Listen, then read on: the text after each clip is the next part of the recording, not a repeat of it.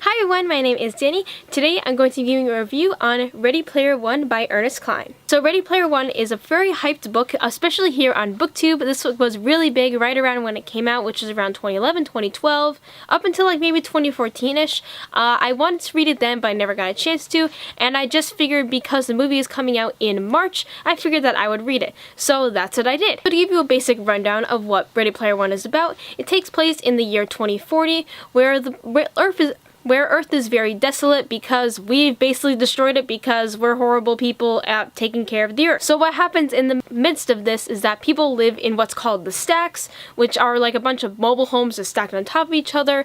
People are really poor, there's really not that much food. Reality kind of really stinks. So where people go to escape this is they go to the Oasis, which is an online virtual reality video game. In the Oasis, you can do pretty much whatever you want. Your avatar doesn't have to look like your real self. You can get spaceships, you can go to all these millions of different worlds. It's really, really cool. Now, the creator of the Oasis, named James Halliday, said upon his death that whoever found the Easter egg that he had hidden in the game would win his fortune. Now, our main character, Wade Watts, is a senior in high school. He doesn't even go to school in real life. His school is in the Oasis.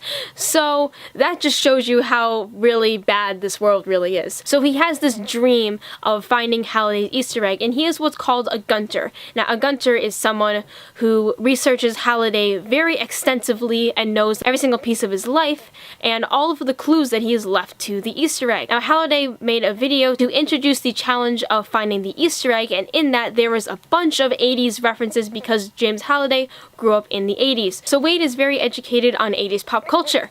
So that's the basic gist of what the story is about. I'm gonna try not to spoil it in this review because this is just a spoiler-free review. So you can watch this video if you have not read this book yet. For me, I gave this book about a 3.5 or a 4 out of 5 stars. It really didn't wow me, and it really didn't live up to the hype for me. I think that's mostly because I did not grow up in the 80s, and I didn't understand most of the 80s pop culture references that were mentioned. There were a lot that just went right over my head. I didn't understand any of them.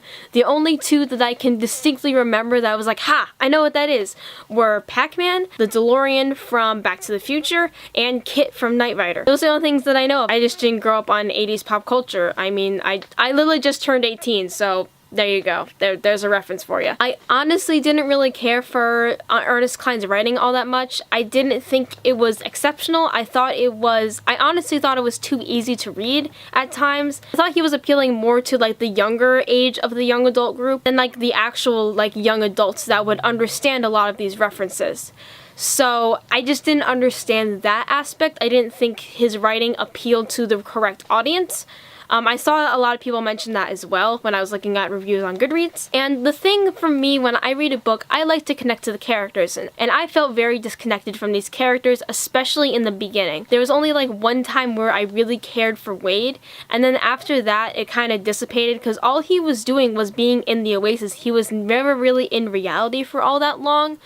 So I just couldn't really form a connection with him until about part 3 of the novel, because the novel was broken up into part 1, part 2, and part 3. So at part 3, then I started to develop more of a relationship with all the characters, but I felt that it was kind of too late at that point. Like, Cline couldn't really make up for what he had lacked in the beginning. It just didn't really make up for me, and really make it up to me. Although I will say the ending did kind of make up the most of the story for me.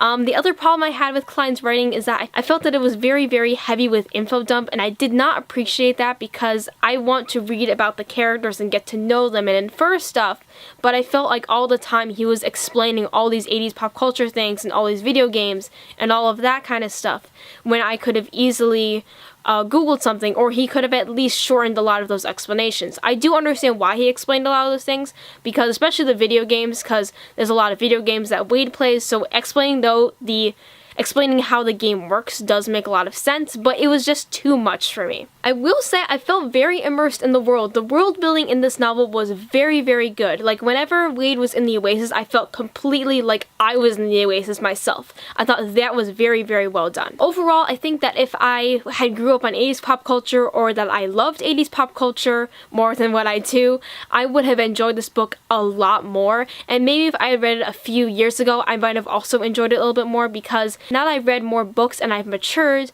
I feel like this book doesn't really appeal to me all that much than it would have a couple years ago. So that, guys, is my review on Ernest Cline's Ready Player One. Let me know in the comments down below if you've read this book and what your thoughts are, and also let me know if you're gonna go watch the movie. If you like this video, don't forget to give it a thumbs up, hit that subscribe button if you like the content I put on this channel, and hit that notification bell icon right next to the subscribe button if you want to be notified of when I post a new video. And I guess I will just see you guys all later. Bye!